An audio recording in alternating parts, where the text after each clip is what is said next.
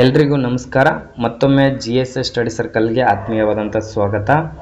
ಇವತ್ತಿನ ಅವಧಿಯಲ್ಲಿ ಕಂಪ್ಯೂಟರ್ಗೆ ಸಂಬಂಧಿಸಿರ್ತಕ್ಕಂಥ ಪ್ರಶ್ನೋತ್ತರಗಳನ್ನು ಇಲ್ಲಿ ಡಿಸ್ಕಷನ್ ಮಾಡ್ತಾ ಹೋಗೋಣ.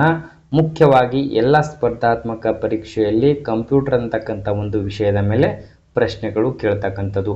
ಅದೇ ರೀತಿ ಕಂಪ್ಯೂಟರ್ನಲ್ಲೇ ಮುಖ್ಯವಾಗಿ ಕಂಪ್ಯೂಟರ್ನ ಭಾಗಗಳಾಗಿರ್ಬೋದು, ಕಂಪ್ಯೂಟರ್ನಲ್ಲಿ ಇನ್ಪುಟ್ ಸಾಧನಗಳು ಮತ್ತು ಔಟ್ಪುಟ್ ಸಾಧನಗಳ ಮೇಲೆ ಅತಿ ಹೆಚ್ಚು ಪ್ರಶ್ನೆಗಳು ಕೇಳ್ತಕ್ಕಂಥದ್ದು. ಮುಖ್ಯವಾಗಿ ಇವುಗಳನ್ನು ನೀವು ಗಮನಿಸಿದ್ದೆ ಆದರೆ ಹಳೆ ಪ್ರಶ್ನೆ ಪತ್ರಿಕೆಗಳು ನೋಡಿದರೆ ನಿಮಗೆ ಈ ಒಂದು ಐಡಿಯಾ ಬಂದಿರುತ್ತೆ. ಮುಖ್ಯವಾಗಿ ಇನ್ಪುಟ್ ಸಾಧನಗಳು ಅಂತಕ್ಕಂಥದ್ದು ನೋಡೋದಾದರೆ ಮೌಸ್ ಆಗಿರ್ಬೋದು, ಕೀಬೋರ್ಡ್ ಆಗಿರ್ಬೋದು, ಟಚ್ ಸ್ಕ್ರೀನ್ ಆಗಿರ್ಬೋದು, ಮೈಕ್ರೋಫೋನ್ ಆಗಿರ್ಬೋದು, ವೆಬ್ ಕ್ಯಾಮ್ರಾ ಆಗಿರ್ಬೋದು, ಟಚ್ ಪ್ಯಾಡ್ ಆಗಿರ್ಬೋದು ಅಥವಾ ಇಮೇಜ್ ಸ್ಕ್ಯಾನರ್ ಆಗಿರ್ಬೋದು.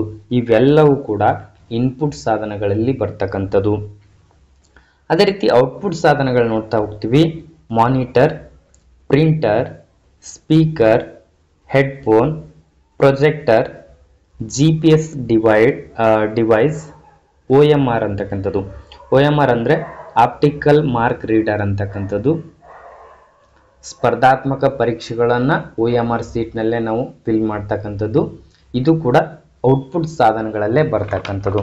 ಮುಖ್ಯವಾಗಿ ಕಂಪ್ಯೂಟರ್ನ ಬಿಡಿ ಭಾಗಗಳ ಮೇಲೆ ಅತಿ ಹೆಚ್ಚು ಪ್ರಶ್ನೆಗಳು ಕೇಳ್ತಕ್ಕಂಥದ್ದು.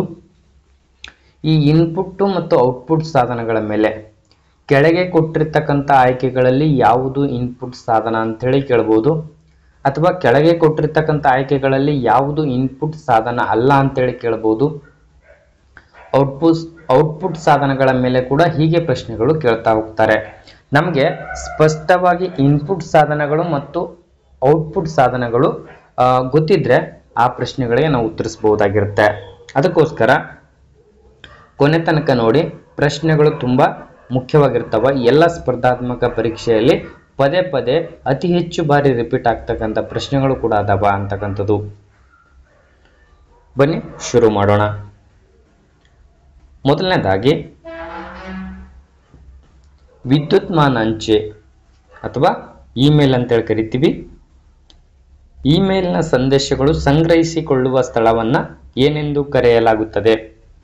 ವಿದ್ಯುನ್ಮಾನ ಅಂಚೆಯ ಸಂದೇಶಗಳನ್ನು ಸಂಗ್ರಹಿಸಿಕೊಳ್ಳುವ ಸ್ಥಳಕ್ಕೆ ಏನೆಂದು ಕರೆಯಲಾಗುತ್ತದೆ ಅಥವಾ ಸ್ಥಳ ಯಾವುದಾಗಿದೆ ಅಂತಕ್ಕಂಥ ಪ್ರಶ್ನೆ ಇದೆ. ಫೋಲ್ಡರ್, ಮೇಲ್ ಬಾಕ್ಸ್, ಡೈರೆಕ್ಟರಿ, ಹಾರ್ಡ್ ಡಿಸ್ಕ್ ಅಂತಕ್ಕಂಥದ್ದು ಆಯ್ಕೆಗಳಿದ್ದಾವೆ. ಈ ಒಂದು ಪ್ರಶ್ನೆಗೆ ನಾವು ಸರಿಯಾದ ಉತ್ತರ ನೋಡೋದಾದ್ರೆ ಆಯ್ಕೆ 2 ಸರಿಯಾಗಿರ್ತಕ್ಕಂಥದ್ದು. ಮೇಲ್ ಬಾಕ್ಸ್ ಅಂತಕ್ಕಂಥದ್ದು ಪ್ರತಿಯೊಬ್ಬರು ಕೂಡ ಮೊಬೈಲ್ನ ಯೂಸ್ ಮಾಡ್ತೀರಿ ಅಥವಾ ಕಂಪ್ಯೂಟರ್, ಲ್ಯಾಪ್ಟಾಪ್ ಯೂಸ್ ಮಾಡೋರಿಗೆ ಈ ಇಮೇಲ್ ಅಂತಕ್ಕಂಥದ್ದು ಬಳಸಿರ್ತೀವಿ. ಇಮೇಲ್ಗಳನ್ನು ನಾವು ಏನು ಮಾಡ್ತೀವಿ? ಮೇಲ್ ಬಾಕ್ಸ್ನಲ್ಲಿ ನೋಡ್ತಕ್ಕಂಥದ್ದು. ಮುಂದಿನ ಪ್ರಶ್ನೆ ನೋಡೋಣ. URL ಎಂದರೆ ಏನು ಅಂತಕ್ಕಂಥದ್ದು. URL ಅಂದರೆ ಅದರ ವಿಸ್ತೃತ ರೂಪವನ್ನು ಹೇಳಬೇಕಾಗಿರ್ತದೆ. ನೋಡೋಣ. ಯೂನಿವರ್ಸಲ್ ರಿಸರ್ಚ್ ಲಿಸ್ಟ್ ಅಂತಕ್ಕಂಥದ್ದು, universal resource list, uniform research list, uniform resource locator ಅಂತಕ್ಕಂಥದ್ದು ಇಲ್ಲಿ ಆಯ್ಕೆಗಳಿದ್ದಾವೆ. URL ಎಂದರೆ ಅಂತಕ್ಕಂಥದ್ದು ಕಂಪ್ಯೂಟರ್ನಲ್ಲೇ ಬಳಕೆ ಆಗ್ತಕ್ಕಂಥದ್ದು. URL ಅಂದರೆ ಈ ಒಂದು ಪ್ರಶ್ನೆಗೆ ಸರಿಯಾದ ಉತ್ತರ ಯೂನಿಫಾರ್ಮ್ ರಿಸೋರ್ಸ್ ಲೊಕೇಟರ್ ಅಂತಕ್ಕಂಥದ್ದು. ಆಯ್ಕೆ 4 ಸರಿಯಾಗಿರ್ತಕ್ಕಂಥದ್ದು. ಮುಂದಿನ ಪ್ರಶ್ನೆ. ಬಹಳಷ್ಟು ಉತ್ಪನ್ನಗಳ ಮೇಲೆ ಬಳಸುವ ಮುದ್ರಿತ ಗೆರೆಗಳ ಪಟ್ಟಿ ಯಾವುದಾಗಿದೆ? ಅಂದರೆ ಬಹಳಷ್ಟು ಜನರು ಅಥವಾ ಬಹಳಷ್ಟು ಉತ್ಪನ್ನಗಳ ಮೇಲೆ ಬಳಸ್ತಕ್ಕಂಥ ಮುದ್ರಿತ ಗೆರೆಗಳಿರ್ತಾವಲ್ಲ, ಆ ಒಂದು ಪಟ್ಟಿಗೆ ಏನಂತ ಕರೆಯಲಾಗ್ತದೆ ಅಥವಾ ಯಾವುದಾಗಿರುತ್ತದೆ ಅಂತ ಹೇಳಿಕೊಟ್ಟಿದ್ದಾರೆ. ಈ ಒಂದು ಪ್ರಶ್ನೆ ಆಯ್ಕೆಗಳು ನೋಡೋಣ. ಬೆಲೆಗಳು, ಸ್ಕ್ರ್ಯಾಪಿಂಗ್, ಸ್ಕ್ಯಾನರ್, ಬಾರ್ಕೋಡ್ ಅಂತಕ್ಕಂಥದ್ದು. ಎಸ್, ನೀವು ಯಾವುದೋ ಒಂದು ಮಾರ್ಕೆಟ್ನಲ್ಲಿ ಒಂದು ಪ್ರಾಡಕ್ಟನ್ನು ಖರೀದಿ ಮಾಡ್ತೀರಿ, ಆ ಪ್ರಾಡಕ್ಟ್ ಮೇಲೆ ಮುದ್ರಿತ ಗೆರೆಗಳ ಪಟ್ಟಿ ಅಂತ ಇರ್ತದ, ಆ ಪಟ್ಟಿಗೆ ಏನಂತ ಕರೆಯಲಾಗ್ತದ ಅಂತಕ್ಕಂಥದ್ದು. ಬೆಲೆಗಳು, ಸ್ಕ್ರ್ಯಾಪಿಂಗ್, ಸ್ಕ್ಯಾನರ್, ಬಾರ್ಕೋಡ್ ಅಂತಕ್ಕಂಥದ್ದು. ಈ ಒಂದು ಪ್ರಶ್ನೆಗೆ ಸರಿಯಾದ ಉತ್ತರ ಆಯ್ಕೆ 4 ಸರಿಯಾಗಿರ್ತಕ್ಕಂಥದ್ದು. ಬಾರ್ಕೋಡ್ ಅಂತಕ್ಕಂಥದ್ದು ಪ್ರತಿಯೊಂದು ಪ್ರಾಡಕ್ಟ್ ಮೇಲೆ ಒಂದು ಬಾರ್ಕೋಡ್ ಇರುತ್ತೆ. ಆ ಬಾರ್ಕೋಡನ್ನು ಸ್ಕ್ಯಾನ್ ಮಾಡಿದ್ರೆ ಆ ಪ್ರಾಡಕ್ಟು ಯಾವಾಗ ಮ್ಯಾನುಫ್ಯಾಕ್ಚರ್ ಆಯಿತು, ಅದ್ರ ಬಗ್ಗೆ ಎಲ್ಲ ಸಂಪೂರ್ಣವಾದಂಥ ಡೀಟೇಲ್ನ ನಾವು ಪಡಿಬಹುದಾಗಿರುತ್ತೆ. ಅದನ್ನೇ ಬಾರ್ಕೋಡ್ ಅಂತೇಳಿ ಕರೆಯಲಾಗುತ್ತೆ. ಮುಂದಿನ ಪ್ರಶ್ನೆ, ಮಾತನಾಡಿದ ಪದಗಳನ್ನು ಗುರುತಿಸುವ ಗಣಕದ ಸಾಮರ್ಥ್ಯಕ್ಕೆ ಹೀಗೆನ್ನುವರು. ಎಸ್, ಮಾತನಾಡಿದ ಪದಗಳನ್ನು ಗುರುತಿಸುವ ಗಣಕದ ಸಾಮರ್ಥ್ಯಕ್ಕೆ ಹೀಗೆನ್ನುವರು. ಧ್ವನಿ ವಿಶ್ಲೇಷಣೆ, ವಾಕ್ ಅಂಗೀಕಾರ ಅಥವಾ ಧ್ವನಿ ಗುರುತಿಸುವಿಕೆ, ವಾಯ್ಸ್ ರೆಕಗ್ನೈಸೇಷನ್. ನಾಲ್ಕನೇದು ವಾಕ್ ವಿಶ್ಲೇಷಣೆ ಅಂತಕ್ಕಂಥದ್ದು. ಈ ಒಂದು ಪ್ರಶ್ನೆಗೆ ಸರಿಯಾದ ಉತ್ತರ ನೋಡುವುದಾದರೆ ಆಯ್ಕೆ 3 ಸರಿಯಾಗಿರತಕ್ಕಂಥದ್ದು ವಾಯ್ಸ್ ರೆಕಗ್ನೈಸೇಷನ್ ಅಂತಕ್ಕಂಥದ್ದು ಅಥವಾ ಧ್ವನಿ ಗುರುತಿಸುವಿಕೆ ಅಂತೇಳಿ ಕರೆಯಲಾಗುತ್ತದೆ. 5ನೇ ಪ್ರಶ್ನೆ, ಚಿತ್ರವನ್ನು ಸೆರೆ ಹಿಡಿದು ಗಣಕದಲ್ಲಿ ಸಂಗ್ರಹ ಮಾಡುವ ಸಾಧನ ಯಾವುದು? ಚಿತ್ರವನ್ನು ಸೆರೆ ಹಿಡಿದು ಗಣಕದಲ್ಲಿ ಸಂಗ್ರಹ ಮಾಡುವ ಸಾಧನ ಯಾವುದು? ಮೋಡೆಮ್, ಯಂತ್ರಾಂಶ ಅಥವಾ ಸಾಫ್ಟ್ವೇರ್ ಅಂತ ಕರಿತೀವಿ, ಸ್ಕ್ಯಾನರ್, ಕೀಲಿಮಣಿ. 5ನೇ ಪ್ರಶ್ನೆಗೆ ಸರಿಯಾದ ಉತ್ತರ ಎಸ್, ಸ್ಕ್ಯಾನರ್ ಅಂತ ಕರಿತೀವಿ. ಸ್ಕ್ಯಾನರ್ ಏನು ಮಾಡ್ತಾರೆ, ಯಾವುದೇ ಒಂದು ಚಿತ್ರ ಆಗಿರ್ಬೋದು ಅಥವಾ ಪೇಪರ್ನಲ್ಲಿ ಮುದ್ರಿತವಾಗಿರತಕ್ಕಂಥ ಅಕ್ಷರಗಳಾಗಿರ್ಬೋದು, ಅದನ್ನು ಸ್ಕ್ಯಾನ್ ಮಾಡುವ ಮೂಲಕ ಕಂಪ್ಯೂಟರ್ ಅಥವಾ ಲ್ಯಾಪ್ಟಾಪ್ ಅಥವಾ ಗಣಕಯಂತ್ರ ಅಂತ ಕರಿತೀವಿ, ಅದರಲ್ಲಿ ನಾವು ಸ್ಟೋರ್ನ ಮಾಡಬಹುದು ಅಂತಕ್ಕಂಥದ್ದು. ವ್ಯಕ್ತಿಯೊಬ್ಬನ ಬೆರಳಚ್ಚನ್ನು ಆಧರಿಸಿ ವಿದ್ಯುನ್ಮಾನ ಸೇವೆಗಳನ್ನು ಪಡೆದುಕೊಳ್ಳುವುದಕ್ಕೆ ಏನೆಂದು ಕರೆಯಲಾಗುತ್ತದೆ? ಎಸ್, ಬಯೋಮೆಟ್ರಿಕ್ ಗುರುತಿಸುವಿಕೆ, ಗುರುತು ಪತ್ತೆ ಹಚ್ಚುವಿಕೆ, ಗುರುತು ಸುರಕ್ಷತೆ, ಬೆರಳಚ್ಚು ಸುರಕ್ಷತೆ. ವ್ಯಕ್ತಿಯೊಬ್ಬನ ಬೆರಳಚ್ಚನ್ನು ಆಧರಿಸಿ ವಿದ್ಯುನ್ಮಾನ ಸೇವೆಗಳನ್ನು ಪಡೆದುಕೊಳ್ಳುವುದು ಅಥವಾ ಆನ್ಲೈನ್ ಸೇವೆಗಳನ್ನು ಪಡೆದುಕೊಳ್ಳುವುದು ಅಂತಕ್ಕಂಥದ್ದು. ಈ ಒಂದು ಪ್ರಶ್ನೆಗೆ ಸರಿಯಾದ ಉತ್ತರ ಬಯೋಮೆಟ್ರಿಕ್ ಗುರುತಿಸುವಿಕೆ ಅಂತೇಳಿ ಕರೆಯಲಾಗ್ತದೆ. ಇತ್ತೀಚೆಗೆ ಆಧಾರ್ ಕಾರ್ಡ್ಗೆ ನಿಮ್ಮ ಹೆಬ್ಬೆರಳನ್ನು ಕೊಟ್ಟಿರ್ತೀರಿ, ಆ ಒಂದು ಹೆಬ್ಬೆರಳನ್ನು ಇಡುವುದರ ಮೂಲಕ ನೀವು ಆನ್ಲೈನ್ ಮೂಲಕ ದುಡ್ಡನ್ನು ಡ್ರಾ ಮಾಡ್ಕೋಬಹುದು. ಎಲ್ಲವೂ ಕೂಡ ಅದೇ ನಂತರ ಬಯೋಮೆಟ್ರಿಕ್ ಗುರುತಿಸುವಿಕೆ ಅಂತೇಳಿ ಅದಕ್ಕೆ ಕರೆಯಲಾಗ್ತದೆ ಅಥವಾ ಆನ್ಲೈನ್ ಸೇವೆಗಳನ್ನು ನೀವು ಪಡ್ಕೊಳ್ಳೋದಕ್ಕೆ ಇದು ಮುಖ್ಯವಾಗಿರ್ತದೆ ಅಂತಕ್ಕಂಥದ್ದು ಕೂಡ. ಒಂದು ಬೈಟ್ನಲ್ಲಿ ಡ್ಯಾಶ್ ಬೀಟ್ಗಳಿರುತ್ತವೆ ಅಂತಕ್ಕಂಥದ್ದು. ಒಂದು ಬೈಟ್ನಲ್ಲಿ ಡ್ಯಾಶ್ ಬೀಟ್ಗಳಿರುತ್ತವೆ ಅಂತಕ್ಕಂಥದ್ದು 8 ಬೀಟ್, 5 ಬೀಟ್, 11 ಬೀಟ್, 20 ಬೀಟ್ಗಳಿರುತ್ತವೆ ಅಂತಕ್ಕಂಥದ್ದು ಆಯ್ಕೆಗಳಿದ್ದಾವೆ. 7ನೇ ಪ್ರಶ್ನೆಗೆ ಸರಿಯಾದ ಉತ್ತರ ಒಂದು ಬೈಟ್ನಲ್ಲಿ 8 ಬೀಟ್ಗಳು ಇರುತ್ತವೆ ಅಂತಕ್ಕಂಥದ್ದು. ಪ್ರಮುಖವಾಗಿ ಈ ಬೀಟ್ಗಳ ಬಗ್ಗೆ ಅಥವಾ ಪ್ರಮುಖವಾಗಿ ಮೆಮೊರಿಗಳ ಬಗ್ಗೆ ಒಂದು ಸಂಕ್ಷಿಪ್ತವಾಗಿ ನೋಡೋದಾದರೆ ಸ್ಪರ್ಧಾತ್ಮಕ ಪರೀಕ್ಷೆಯಲ್ಲಿ ಕೇಳ್ತಕ್ಕಂಥದ್ದು 1024 ಬೈಟ್ ಎಷ್ಟು KB ಸಮ ಅಂತೇಳಿ ಈ ರೀತಿ ಪ್ರಶ್ನೆಗಳಾಗ್ತವೆ. ಒಂದಿಷ್ಟು ಅದ್ರ ಬಗ್ಗೆ ಇನ್ಫಾರ್ಮೇಶನ್ ನೋಡ್ತಾ ಹೋಗೋಣ. ಒಂದು ಬೈಟ್ ಏನಾಗಿರ್ತದೆ 8 ಬಿಟ್ಗಳಿಗೆ ಸಮನಾಗಿರ್ತದೆ. ಅದೇ ರೀತಿ 1024 ಬಿಟ್ ಏನಾಗಿರ್ತದೆ, ಬೈಟ್ಸ್ ಏನಾಗಿರ್ತದೆ 1024 ಬೈಟ್ಸ್ 1 KB ಆಗಿರುತ್ತದೆ. ಎಷ್ಟು? 1 KB ಆಗಿರ್ತದೆ. ಹಾಗೆ ನೋಡ್ತಾ ಹೋಗ್ತೀವಿ 1 KB 1024 KB 1024 KB 1 GB ಸಮನಾಗಿರುತ್ತದೆ. 1 MB ಸಮನಾಗಿರುತ್ತದೆ. 1 MB ಸಮನಾಗಿರುತ್ತದೆ. 1024 ಬೈಟ್ಸ್ 1 KB ಆಗಿದ್ದರೆ 1024 KB 1 MB ಆಗಿರುತ್ತದೆ. ಅದೇ ರೀತಿ 1024 MB 1024 MB ಏನಾಗುತ್ತೆ 1 GB ಆಗಿರುತ್ತದೆ.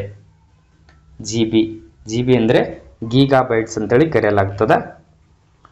ಅದೇ ರೀತಿ ನೋಡ್ತಾ ಹೋಗ್ತೀವಿ 1024 GB ಏನಾಗಿರುತ್ತೆ 1024 GB 1 TB ಅಂದರೆ ಟೆರಾಬೈಟ್ಸ್ ಅಂತ ಕರೆಯಲಾಗ್ತದೆ. ಟೆರಾಬೈಟ್ಸ್ನಷ್ಟು ದೊಡ್ಡದಾಗಿರುತ್ತೆ. ಹಾಗೆ ಇದನ್ನು ದೊಡ್ಡದಾಗ್ತಾನೆ ಹೋಗುತ್ತೆ. ಅದೇ ರೀತಿ 1024 TB 1024 TB ಟೆರಾಬೈಟ್ಸ್ ಅಂತಕ್ಕಂಥದ್ದು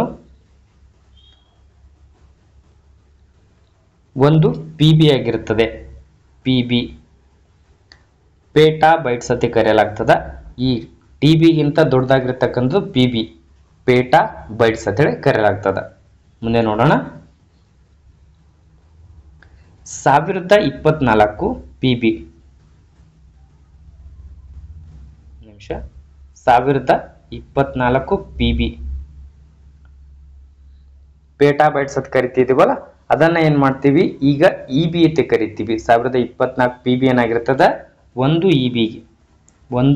EB. EB ಅಂದ್ರೆ ಎಕ್ಸಾಬೈಟ್ ಅಂತೇಳಿ ಕರೆಯಲಾಗ್ತದೆ. EB ಎಕ್ಸಾಬೈಟ್ ಅಂತಕ್ಕಂಥದ್ದು. 1024 ಎಕ್ಸಾಬೈಟ್ 24 ಎಕ್ಸಾಬೈಟ್ EB ಏನಾಗಿರುತ್ತದೆ ಅಂದ್ರೆ 1024 EB ಒಂದು ZB ಆಗಿರುತ್ತದೆ. ZB ಅಂತಕ್ಕಂಥದ್ದು ಅಂದ್ರೆ ಇದು ಜೆಟ್ಟಾಬೈಟ್ ಅಂತೇಳಿ ಕರೆಯಲಾಗ್ತದೆ. ಈ EB ಗಿಂತ ದೊಡ್ಡದಾಗಿರ್ತಕ್ಕಂಥದ್ದು ಜೆಟ್ಟಾಬೈಟ್ ಅಂತಕ್ಕಂಥದ್ದು. 1024 ZB ಅಂತಕ್ಕಂಥದ್ದು ಜೆಟ್ಟಾಬೈಟ್ ಅಂತಕ್ಕಂಥದ್ದು ಯಾವುದಕ್ಕೆ ಸಮನಾಗಿರ್ತದೆ, ಒಂದು YB ಗೆ ಸಮನಾಗಿರ್ತದೆ. ಒಂದು YB ಅಂದ್ರೆ ಎಟ್ಟಾಬೈಟ್ ಅಂತೇಳಿ ಕರೆಯಲಾಗ್ತದೆ. ಪ್ರಮುಖವಾಗಿ ಸಣ್ಣದಾಗಿ ಬೀಟಿಂದ ಪ್ರಾರಂಭವಾಗಿರ್ತಕ್ಕಂಥದ್ದು YB ಯಲ್ಲಿ ಎಂಡ್ ಆಗುತ್ತೆ. YB ಇದಕ್ಕಿಂತ ಹೆಚ್ಚಿಗೆ ಇರುತ್ತೆ, ಬಟ್ ನಾವು ಪರೀಕ್ಷಾ ದೃಷ್ಟಿಕೋನದಿಂದ ಇಷ್ಟು ಸಾಕು ಅಂತಕ್ಕಂಥದ್ದು. ಪ್ರಮುಖವಾಗಿ ಒಂದು KB ಅಥವಾ 1024 KB ಒಂದು MB ಗೆ ಸಮನಾಗಿರುತ್ತದೆ ಅಂತೇಳಿ ನೋಡಿದ್ವಿ. ಹಾಗೆ ಸ್ಪರ್ಧಾತ್ಮಕ ಪರೀಕ್ಷೆಯಲ್ಲಿ ಕೂಡ ಒಂದಿಷ್ಟು ಪ್ರಶ್ನೆಗಳು ಇದರ ಮೇಲೆ ಬರ್ತಕ್ಕಂಥದ್ದು. ನೋಡೋಣ ಮುಂದಿನ ಪ್ರಶ್ನೆ. ಕಂಪ್ಯೂಟರ್ನ ಯಾವ ಲ್ಯಾಂಗ್ವೇಜ್ ನಲ್ಲಿ ಕಾರ್ಯನಿರ್ವಹಿಸುತ್ತದೆ? ಕಂಪ್ಯೂಟರ್ ಯಾವ ಲ್ಯಾಂಗ್ವೇಜ್ ನಲ್ಲಿ ಕಾರ್ಯನಿರ್ವಹಿಸುತ್ತದೆ ಅಂತಕ್ಕಂಥದ್ದು. ಆಯ್ಕೆ ನೋಡೋಣ. ಇಂಗ್ಲಿಷ್, ಬ್ರೈಲ್, C+, ಬೈನರಿ ಅಂತಕ್ಕಂಥದ್ದು. ಕಂಪ್ಯೂಟರ್ ಏನ್ ಮಾಡ್ತದೆ, ಇಂಗ್ಲಿಷ್ ನಲ್ಲಿ ಕಾರ್ಯನಿರ್ವಹಿಸ್ತದೋ ಅಥವಾ ಬ್ರೈಲ್, C+, ಬೈನರಿನೋ ಅಂತಕ್ಕಂಥದ್ದು ಗುರುತಿಸಬೇಕಾಗಿರುತ್ತೆ. 8ನೇ ಪ್ರಶ್ನೆಗೆ ಸರಿಯಾದ ಉತ್ತರ ನೋಡೋದಾದ್ರೆ ಆಯ್ಕೆ 4 ಸರಿಯಾಗಿರ್ತಕ್ಕಂಥದ್ದು. ಬೈನರಿ ಲ್ಯಾಂಗ್ವೇಜ್ ನಲ್ಲಿ ಕಂಪ್ಯೂಟರ್ ಕಾರ್ಯನಿರ್ವಹಿಸುತ್ತದೆ ಅಂತಕ್ಕಂಥದ್ದು. ಕಂಪ್ಯೂಟರ್ನಲ್ಲಿ ಮೆದುಳಿನಂತೆ ಕಾರ್ಯನಿರ್ವಹಿಸುವುದು ಯಾವುದು? ಆಯ್ಕೆ 1 ಮೌಸ್, CPU, ಕೀಬೋರ್ಡ್, ಮಾನಿಟರ್. ಕಂಪ್ಯೂಟರ್ನ ಮೆದುಳು ಅಂತೇಳಿ ಯಾವುದಕ್ಕೆ ಕರೆಯಲಾಗುತ್ತದೆ ಅಥವಾ ಕಂಪ್ಯೂಟರ್ ಮೆದುಳಿನಂತೆ ಕಾರ್ಯನಿರ್ವಹಿಸುವುದು ಯಾವುದು? ಮೌಸ್, CPU, ಕೀಬೋರ್ಡ್, ಮಾನಿಟರ್ ಅಂತಕ್ಕಂಥದ್ದಿದೆ. ಸರಿಯಾದ ಉತ್ತರ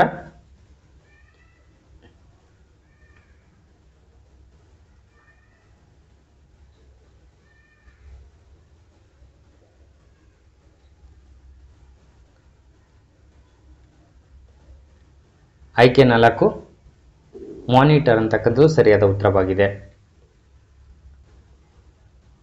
CPU ನ ಪೂರ್ಣ ರೂಪವೇನು ಅಂತಕ್ಕಂಥದ್ದು. CPU ನ ಪೂರ್ಣ ರೂಪವೇನು? ಕಂಪ್ಯೂಟರ್ ಪ್ರೊಸೆಸಿಂಗ್ ಯೂನಿಟ್ ಅಂತಕ್ಕಂಥದ್ದು, computer principal unit, central processing unit, control processing unit ಅಂತಕ್ಕಂಥದ್ದು. CPU ನ ವಿಸ್ತೃತ ರೂಪ ಏನು ಅಂತೇಳಿ ಕೊಟ್ಟಿದ್ದಾರೆ ಇಲ್ಲಿ. ಈ ಒಂದು ಪ್ರಶ್ನೆಗೆ ಸರಿಯಾದ ಉತ್ತರ ನೋಡೋದಾದರೆ ಆಯ್ಕೆ 3 ಸರಿಯಾಗಿರ್ತಕ್ಕಂಥದ್ದು. ಸೆಂಟ್ರಲ್ ಪ್ರೊಸೆಸಿಂಗ್ ಯೂನಿಟ್ ಅಂತೇಳಿ ಕರೆಯಲಾಗುತ್ತದೆ. ಆಯ್ಕೆ C ಅಥವಾ ಆಯ್ಕೆ 3 ಸರಿಯಾಗಿರ್ತಕ್ಕಂಥದ್ದು. 11ನೇ ಪ್ರಶ್ನೆ. ಕಂಪ್ಯೂಟರ್ ಒಂದು ಏನಂತೇಳಿ ಕರೆಯಲಾಗ್ತದೆ ಅಂದ್ರೆ ಅದೊಂದು ವಿದ್ಯುನ್ಮಾನ ಸಾಧನನ ಅಥವಾ ಕಾಂತೀಯ ಸಾಧನನ, ವಿದ್ಯುತೀಯ ಸಾಧನ ಅಥವಾ ಮೇಲಿನ ಯಾವುದು ಅಲ್ಲ ಅಂತಕ್ಕಂಥದ್ದು. ಈ ಒಂದು ಪ್ರಶ್ನೆಗೆ ಸರಿಯಾದ ಉತ್ತರ ನೋಡೋದಾದ್ರೆ ಎಸ್, ಕಂಪ್ಯೂಟರ್ ಒಂದು ವಿದ್ಯುನ್ಮಾನ ಯಂತ್ರವಾಗಿದೆ ಅಥವಾ ವಿದ್ಯುನ್ಮಾನ ಸಾಧನವಾಗಿದೆ ಅಂತಕ್ಕಂಥದ್ದು. ಆಯ್ಕೆ 1 ಸರಿಯಾಗಿರ್ತಕ್ಕಂಥದ್ದು. ROM ರೋಮ್ನ ವಿಸ್ತೃತ ರೂಪವೇನು ಅಂತಕ್ಕಂಥ ಪ್ರಶ್ನೆ ಇದೆ. ಆಯ್ಕೆಗಳು ನೋಡ್ತಾ ಹೋಗೋಣ. Round only memory, read only memory, random operating memory, ಮೇಲಿನ ಯಾವುದು ಅಲ್ಲ? ರೋಮ್ ಅಂತಕ್ಕಂಥದ್ದು ಇದರ ವಿಸ್ತೃತ ರೂಪವೇನು ಅಂತಕ್ಕಂಥ ಪ್ರಶ್ನೆ ಇದೆ. ಇದಕ್ಕೆ ಸರಿಯಾದ ಉತ್ತರ ನೋಡೋದಾದ್ರೆ ಆಯ್ಕೆ 2 ಸರಿಯಾಗಿರ್ತಕ್ಕಂಥದ್ದು. ಇದು ರೀಡ್ ಓನ್ಲಿ ಮೆಮೊರಿ ಅಂತಕ್ಕಂಥದ್ದು. ಕೆಲವೊಂದು ಸ್ಪರ್ಧಾತ್ಮಕ ಪರೀಕ್ಷೆಯಲ್ಲಿ ಇಂಗ್ಲಿಷ್ನಲ್ಲಿನೂ ಕೊಟ್ಟಿರ್ತಾರೆ, ಅದೇ ಹ್ಯಾಸ್ ಇಟ್ ಈಸ್ ಆಗಿ ಟ್ರಾನ್ಸ್ಲೇಟ್ ಮಾಡಿರೋದ್ರಿಂದ ಇದೇ ರೀತಿ ರೀಡ್ ಓನ್ಲಿ ಮೆಮೊರಿ ಕನ್ನಡದಲ್ಲಿ ಇದೇ ರೀತಿ ಪ್ರಶ್ನೆಗಳು ಬರ್ತಾವ. ಅದಕ್ಕೆ ಕನ್ಫ್ಯೂಸ್ ಆಗ್ತಕ್ಕಂಥದ್ದು. ಸ್ವಲ್ಪ ಕೆಲವೊಬ್ಬರಿಗೆ ಓದಿಲ್ಲ ಅಂದರೆ ಕನ್ಫ್ಯೂಸ್ ಆಗ್ತಕ್ಕಂಥದ್ದು. ಕಂಪ್ಯೂಟರ್ ಬಗ್ಗೆ ಸ್ವಲ್ಪ ಇನ್ಫಾರ್ಮೇಷನ್ ತಿಳ್ಕೊಳ್ಳಿ. ರೀಡ್ ಓನ್ಲಿ ಮೆಮೊರಿ ಅಂತಕ್ಕಂಥದ್ದು ಕೆಲವೊಂದು ಸಂದರ್ಭದಲ್ಲಿ ಅದನ್ನು ಕನ್ನಡದಲ್ಲಿ ಆ್ಯಸ್ ಇಟ್ ಈಸ್ ಟ್ರಾನ್ಸ್ಲೇಟ್ ಮಾಡಿದ್ರೆ ಕನ್ನಡದಲ್ಲಿ ಅದರ ಕಂಪ್ಯೂಟರ್ನ ಪದ ಬಳಕೆ ಚೇಂಜಸ್ ಆಗ್ತಾವ. ಅದು ಕೂಡ ನೀವು ಗಮನಿಸಬೇಕು. ಮುಂದೆ ನೋಡೋಣ. ಅತಿ ವೇಗವಾದ ಮತ್ತು ತೀಕ್ಷ್ಣವಾದ ಪ್ರಿಂಟರ್ ಯಾವುದು? ಅತಿ ವೇಗವಾದ ಮತ್ತು ತೀಕ್ಷ್ಣವಾದ ಪ್ರಿಂಟರ್ ಯಾವುದು ಅಂತಕ್ಕಂಥದ್ದು ಇಂಕ್ ಜೆಟ್ ಪ್ರಿಂಟರ್, ಸಾದಾ ಪ್ರಿಂಟರ್, ಲೇಸರ್ ಪ್ರಿಂಟರ್, ಮೇಲಿನ ಯಾವುದು ಅಲ್ಲ ಅಂತಕ್ಕಂಥದ್ದು. ಎಸ್, ಅತಿ ವೇಗದ ಅಥವಾ ತೀಕ್ಷ್ಣವಾದ ಪ್ರಿಂಟರ್ ಯಾವುದು ಅಂತಕ್ಕಂಥದ್ದು. ಇಲ್ಲಿ 13ನೇ ಪ್ರಶ್ನೆಗೆ ಸರಿಯಾದ ಉತ್ತರ ನೋಡೋದಾದ್ರೆ ಆಯ್ಕೆ 3 ಸರಿಯಾಗಿರ್ತಕ್ಕಂಥದ್ದು. ಲೇಸರ್ ಪ್ರಿಂಟರ್ ಅತ್ಯಂತ ವೇಗವಾದ ಪ್ರಿಂಟರ್ ಆಗಿದೆ. 14ನೇ ಪ್ರಶ್ನೆ. ಲ್ಯಾನ್ನ ವಿಸ್ತೃತ ರೂಪವೇನು? LAN, ಲ್ಯಾನ್ನ ವಿಸ್ತೃತ ರೂಪ ಏನು ಅಂತಕ್ಕಂಥದ್ದು local area network, local art network, lord area network, living ask network ಅಂತಕ್ಕಂಥದ್ದು ಆಯ್ಕೆಗಳಿದ್ದಾವೆ. ಈ ಒಂದು ಪ್ರಶ್ನೆಗೆ ಸರಿಯಾದ ಉತ್ತರ ನೋಡೋದಾದ್ರೆ ಎಸ್, 14ನೇ ಪ್ರಶ್ನೆಗೆ ಸರಿಯಾದ ಉತ್ತರ ಆಯ್ಕೆ 1 ಲೋಕಲ್ ಏರಿಯಾ ನೆಟ್ವರ್ಕ್ ಅಂತೇಳಿ ಕರಿತೀವಿ. ಇದು ಏನು ಮಾಡ್ತದೆ ಅಂದರೆ ಒಂದು ಕಂಪ್ಯೂಟರ್ನಿಂದ ಇನ್ನೊಂದು ಕಂಪ್ಯೂಟರ್ಗೆ ಕನೆಕ್ಷನ್ನ ಕೊಡ್ತಕ್ಕಂಥದ್ದು. ಇದನ್ನು ಲೋಕಲ್ ಏರಿಯಾ ನೆಟ್ವರ್ಕ್ ಅಂತೇಳಿ ಕರೆಯಲಾಗುತ್ತದೆ. ಕನ್ನಡ ಬರಹ ತಂತ್ರಾಂಶವನ್ನು ಅಭಿವೃದ್ಧಿಪಡಿಸಿದವರು ಯಾರು ಅಂತಕ್ಕಂಥದ್ದು. ಕನ್ನಡ ಬರಹ ತಂತ್ರಾಂಶವನ್ನು ಅಭಿವೃದ್ಧಿಪಡಿಸಿದವರು ಯಾರು? ಮೈಕ್ರೋಸಾಫ್ಟ್, ಜಿ ವೆಂಕಟಸುಬ್ಬಯ್ಯ, ಕಿರಣ್ ಕುಮಾರ್, ಶೇಷಾದ್ರಿ ವಾಸು ಚಂದ್ರಶೇಖರ್ ಅಂತಕ್ಕಂಥವರು ಆಯ್ಕೆಗಳು ಕೊಟ್ಟಿದ್ದಾರೆ. ಈ ಒಂದು ಪ್ರಶ್ನೆಗೆ ಸರಿಯಾದ ಉತ್ತರ ತಮಗೆ ಗೊತ್ತಿದ್ರೆ ಕಮೆಂಟ್ ಬಾಕ್ಸ್ನಲ್ಲಿ ಕಮೆಂಟ್ ಮಾಡ್ತಾ ಹೋಗ್ರಿ. ಈ ಒಂದು ಪ್ರಶ್ನೆಗೆ ಸರಿಯಾದ ಉತ್ತರ ನೋಡೋದಾದರೆ ಆಯ್ಕೆ 4 ಸರಿಯಾಗಿರ್ತಕ್ಕಂಥದ್ದು. ಶೇಷಾದ್ರಿ ವಾಸು ಚಂದ್ರಶೇಖರ್ ಅವರು ಕನ್ನಡ ಬರಹ ತಂತ್ರಾಂಶವನ್ನು ಅಭಿವೃದ್ಧಿಪಡಿಸಿದ್ದಾರೆ ಅಂತಕ್ಕಂಥದ್ದು. ನಾವು ಕಂಪ್ಯೂಟರ್ ಅಥವಾ ಲ್ಯಾಪ್ಟಾಪ್ನಲ್ಲಿ ಕನ್ನಡದಲ್ಲಿ ಏನು ಟೈಪ್ ಮಾಡ್ತೀವಲ್ಲ ಆ ಒಂದು ತಂತ್ರಾಂಶವನ್ನು ಇವರು ಶೇಷಾದ್ರಿ ವಾಸು ಚಂದ್ರಶೇಖರ್ ಅವರು ಅದನ್ನು ಅಭಿವೃದ್ಧಿಪಡಿಸ್ತಾರೆ ಅಂತಕ್ಕಂಥದ್ದು ನೋಡ್ತಾ ಹೋಗ್ತೀವಿ. ಕಂಪ್ಯೂಟರ್ಗೆ ಸಂಬಂಧಿಸಿದ ವೈರಸ್ ಎಂಬುದು ವಿಸ್ತೃತ ರೂಪವೇನು ಅಂತಕ್ಕಂಥದ್ದು. ಕಂಪ್ಯೂಟರ್ನಲ್ಲಿ ವೈರಸ್ ಅಂತಕ್ಕಂಥದ್ದು ಕೇಳ್ತಾ ಹೋಗ್ತೀವಿ. ಆ ವೈರಸ್ನ ವಿಸ್ತೃತ ರೂಪ ಏನು ಅಂತಕ್ಕಂಥದ್ದು ಇಲ್ಲಿ ನಾವು ನೋಡ್ತಾ ಹೋಗೋಣ. ಆಯ್ಕೆ 1 ವೈರಸ್ ಇನ್ಫಾರ್ಮೇಟಿವ್ ರಿಸೋರ್ಸ್ ಅಂಡರ್ ಸೈಡ್ಸ್ಗೆ, ವಿಟಲ್ ಇನ್ಫಾರ್ಮೇಷನ್ ರಿಸೋರ್ಸ್ ಅಂಡರ್ ಸೈಗೆ, ವಿಟಲ್ ಇನ್ವೆಸ್ಟಿಗೇಟಿವ್ ರೂಟ್ ಅಂಡರ್ ಸೈಗೆ, virus illegal resource under security ಅಂತಕ್ಕಂಥದ್ದು ಆಯ್ಕೆಗಳಿದ್ದಾವೆ. ಎಸ್, ವೈರಸ್ ಅಂತಕ್ಕಂಥ ಪದದ ವಿಸ್ತೃತ ರೂಪ ಏನು ಅಂತಕ್ಕಂಥದ್ದು ನೋಡೋಣ. ಈ ಒಂದು ಪ್ರಶ್ನೆಗೆ ಸರಿಯಾದ ಉತ್ತರ ಆಯ್ಕೆ 2 ಸರಿಯಾಗಿರ್ತಕ್ಕಂಥದ್ದು. ವಿಟಲ್ ಇನ್ಫಾರ್ಮೇಷನ್ ರಿಸೋರ್ಸ್ ಅಂಡರ್ ಸೈಗೆ ಅಂತಕ್ಕಂಥದ್ದು ಸರಿಯಾದ ಉತ್ತರವಾಗಿದೆ. ಆಯ್ಕೆ 2 ಸರಿಯಾಗಿರ್ತಕ್ಕಂಥದ್ದು. ಮುಂದಿನ ಪ್ರಶ್ನೆ USB ಇದರ ವಿಸ್ತೃತ ರೂಪವೇನು? ಎಸ್, USB ಯ ವಿಸ್ತೃತ ರೂಪ ಏನು ಅಂತಕ್ಕಂಥದ್ದು ಯೂನಿವರ್ಸಲ್ ಸಬ್ಸ್ಟ್ಯಾನ್ಷಿಯಲ್ ಬಸ್ ಅಂತಕ್ಕಂಥದ್ದು, universal sequential bus, universal serial bus, universal storage bus ಅಂತಕ್ಕಂಥದ್ದು ಆಯ್ಕೆಗಳಿದ್ದಾವೆ. USB ಯ ವಿಸ್ತೃತ ರೂಪ ಏನು ಅಂತಕ್ಕಂಥ ನೋಡೋದಾದ್ರೆ ಸರಿಯಾದ ಉತ್ತರ ಆಯ್ಕೆ 3 ಸರಿಯಾಗಿರತಕ್ಕಂಥದ್ದು ಯೂನಿವರ್ಸಲ್ ಸೀರಿಯಲ್ ಬಸ್ ಅಂತಕ್ಕಂಥದ್ದು ಸರಿಯಾದ ಉತ್ತರವಾಗಿದೆ. ಮೌಸ್ ಇದು ಕೆಳಗಿನ ಯಾವುದಕ್ಕೆ ಉದಾಹರಣೆಯಾಗಿದೆ? ಮೌಸ್ ಅಂತಕ್ಕಂಥದ್ದು ನೋಡ್ತಾ ಹೋಗ್ತೀವಿ. ಇದು ಯಾವುದಕ್ಕೆ ಉದಾಹರಣೆಯಾಗಿದೆ ಅಂತೇಳಿ ನೋಡೋಣ. ಔಟ್ಪುಟ್ ಸಾಧನ, ಇನ್ಪುಟ್ ಸಾಧನ, ಸಂಸ್ಕರಣಾ ಸಾಧನ ಮೇಲಿನ ಯಾವುದು ಅಲ್ಲ? 18ನೇ ಪ್ರಶ್ನೆಗೆ ಸರಿಯಾದ ಉತ್ತರ ಮೌಸ್ ಅಂತಕ್ಕಂಥದ್ದು ಇದೊಂದು ಇನ್ಪುಟ್ ಸಾಧನವಾಗಿದೆ ಅಂತೇಳಿ ಇಲ್ಲಿ ಗುರುತಿಸಬೇಕಾಗಿರುತ್ತೆ. ಆಯ್ಕೆ 2 ಸರಿಯಾಗಿರ್ತಕ್ಕಂಥದ್ದು. ಮೌಸ್ ಅಂತಕ್ಕಂಥದ್ದು ಇನ್ಪುಟ್ ಸಾಧನಗಳಲ್ಲಿ ಬರುತ್ತೆ. ಎಸ್. OMR ನ ವಿಸ್ತೃತ ರೂಪವೇನು ಅಂತಕ್ಕಂಥದ್ದು? OMR ನ ವಿಸ್ತೃತ ರೂಪವೇನು? Optical mark reader, optical main reader, optical meta reader, ಮೇಲಿನ ಯಾವುದು ಅಲ್ಲ? ಎಸ್. ಈ ಒಂದು ಪ್ರಶ್ನೆಗೆ ಸರಿಯಾದ ಉತ್ತರ ನೋಡುವುದಾದರೆ ಆಯ್ಕೆ 1 ಸರಿಯಾಗಿರ್ತಕ್ಕಂಥದ್ದು ಆಪ್ಟಿಕಲ್ ಮಾರ್ಕ್ ರೀಡರ್ ಅಂತಕ್ಕಂಥದ್ದು OMR ನ ವಿಸ್ತೃತ ರೂಪವಾಗಿದೆ.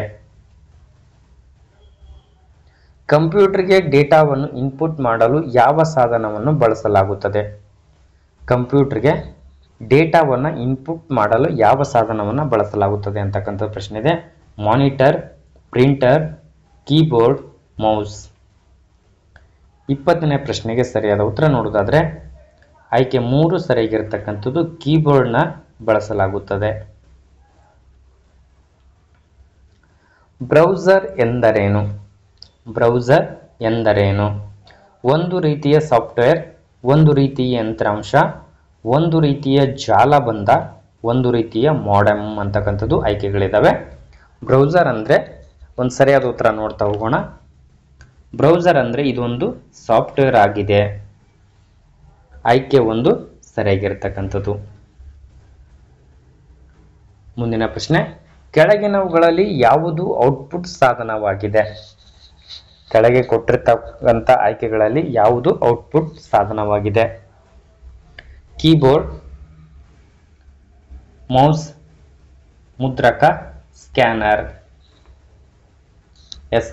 ಈ ಒಂದು ಪ್ರಶ್ನೆಗೆ ಸರಿಯಾದ ಉತ್ತರ ಆಯ್ಕೆ 3 ಸರಿಯಾಗಿರ್ತಕ್ಕಂಥದ್ದು ಮುದ್ರಕ ಅಂತಕ್ಕಂಥದ್ದು ಅಥವಾ ಪ್ರಿಂಟರ್ ಅಂತೇಳಿ ಕರಿತೀವಿ. ಪ್ರಿಂಟರ್ ಇದೊಂದು ಔಟ್ಪುಟ್ ಸಾಧನವಾಗಿದೆ. ಕೀಬೋರ್ಡ್, ಮೌಸ್ ಮತ್ತು ಸ್ಕ್ಯಾನರ್ ಅಂತಕ್ಕಂಥವು ಇವೆಲ್ಲವೂ ಇನ್ಪುಟ್ ಸಾಧನವಾಗಿದೆ ಅಂತಕ್ಕಂಥದ್ದು ಇನ್ಪುಟ್ ಸಾಧನವಾಗಿವೆ.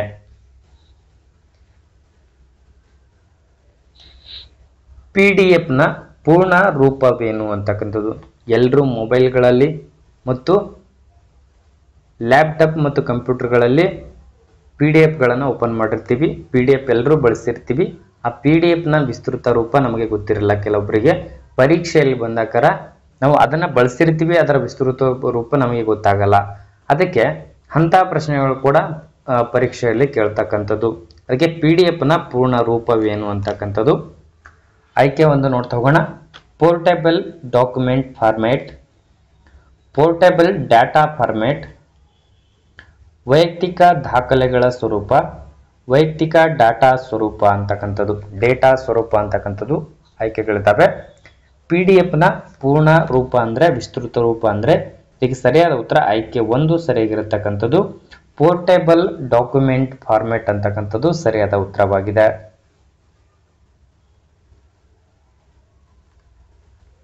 ಕೆಳಗಿನವುಗಳಲ್ಲಿ ಯಾವುದು ವೆಬ್ ಬ್ರೌಸರ್ ಅಲ್ಲ ಅಂತಕ್ಕಂಥದ್ದು?